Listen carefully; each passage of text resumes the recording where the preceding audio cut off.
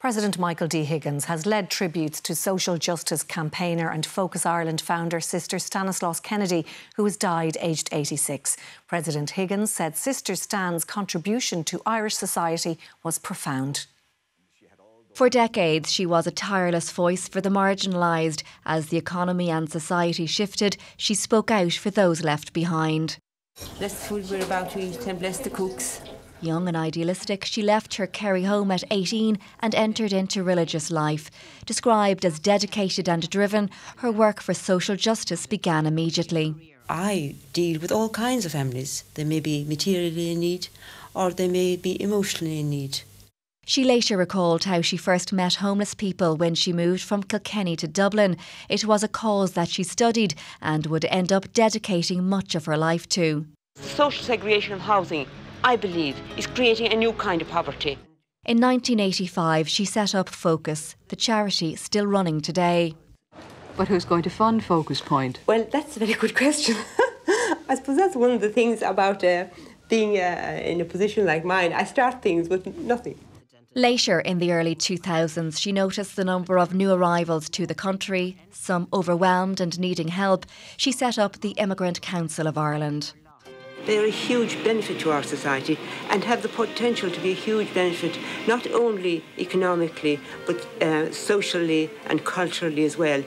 But it was tackling homelessness that remained a constant, taking on governments and others along the way, her message remaining consistent. What we really, really need is permanent homes for families, not short-term homes. When she set up Focus 40 years ago, she believed homelessness could be solved within a decade. The problem, though, persisted. So too did her campaigning. A home is a basic human right. We're heartbroken today indeed. It's a very sad day. She was our guiding light. She was our founder. It's our 40th anniversary this year. Focus Ireland was founded back in 1985. In a statement, the Religious Sisters of Charity said Sister Stan was a powerful voice for compassion, equality and systemic change throughout her life. The charity said her legacy of a life dedicated to the service of others in need will continue to inspire.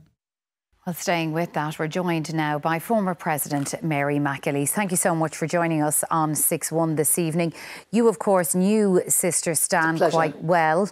She was a woman of the church, but also very much an individual. What was it about her that propelled her to look after the most marginalised people in our society? Well, I've known Stan for over 40 years, almost 50 years now, and watched as she became an absolutely seminal national engine of activism on behalf of so many overlooked people, the poor, the migrants, the immigrants, and in particular, of course, the homeless. And she did that. What was the fuel of that engine? I thought the Archbishop Emeritus of Dublin this morning in a radio interview just put it very simply and accurately when he said love.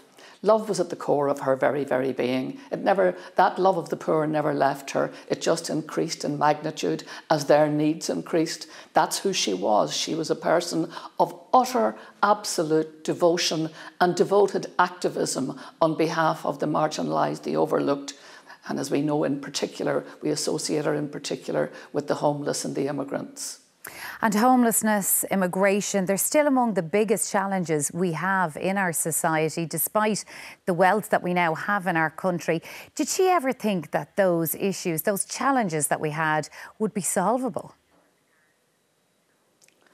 She did, you know. She always believed they would be soluble, and that's why she kept on working, even when they got bigger and bigger. We can't forget, of course, that she was hugely successful in the work that she created and in the organisations that she created. She has left a very, very powerful legacy of excellent organisations that will continue the work until the problems are solved. But yes, she believed they were soluble.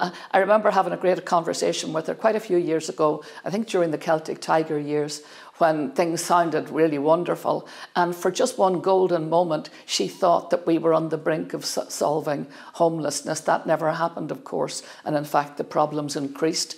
And to this very day, where we're talking about now somewhere between 5,000 and 6,000, if not more, children who are homeless. That broke her heart, you know, but not enough that it would break her resolve. because to the moment she drew her last breath, Stan believed all of us have a responsibility to love our neighbours in the way that we would like to be loved ourselves, with homes, with care, with support, with education, with opportunity, things that do not get, they don't get delivered equally to everybody in society. Sometimes the inequality of the delivery is heartbreaking because people with great abilities are left cast aside. She determined that that would not happen on her watch. The number of individuals who could say, and families who could say today that their lives were radically altered by Sister Stan's intervention in their lives. For campaigner that she was, and she took on government, she took on the church, always with formidable scholarship, may I say, because she was a great scholar. But in back of that, what fueled her was love of the human being, the person. She loved people, and in particular, that love just grew and grew and grew in the company of the poor. They were her fuel. Other people might be drained when they would think of the extent of the problems, not Stan. And will that be her lasting legacy, do you believe? The organisations she left in place to help with the challenges we face in society? Yes, there are undoubtedly quite a number of them. We all know Focus. I was involved with her way back in the day, back in '85, in setting up Focus, which has lasted now for 40 years and still has a lot of work to do and is doing it brilliantly. But I think of the Young Social Innovators, where she introduced young people in schools to how responsible they could become for solving the kinds of problems that she could see needed to be resolved. So we think of all and of course her work on behalf of her setting up of the Immigrant Council 25 years ago. She was ahead of so many posses. That woman was herself just one of those extraordinary classes of genius who saw what needed to be done and then did it, but didn't just do it on her own, knew that she would have to set up organisations to forward plan, to succession plan, that when she was gone, the work would continue, and it most assuredly will, because there was no better succession planner than Sister Stan. Mary McAleese, thank you so much for joining us on 6-1 this evening, and our condolences to you and everyone for whom she was a leading light. Thank you.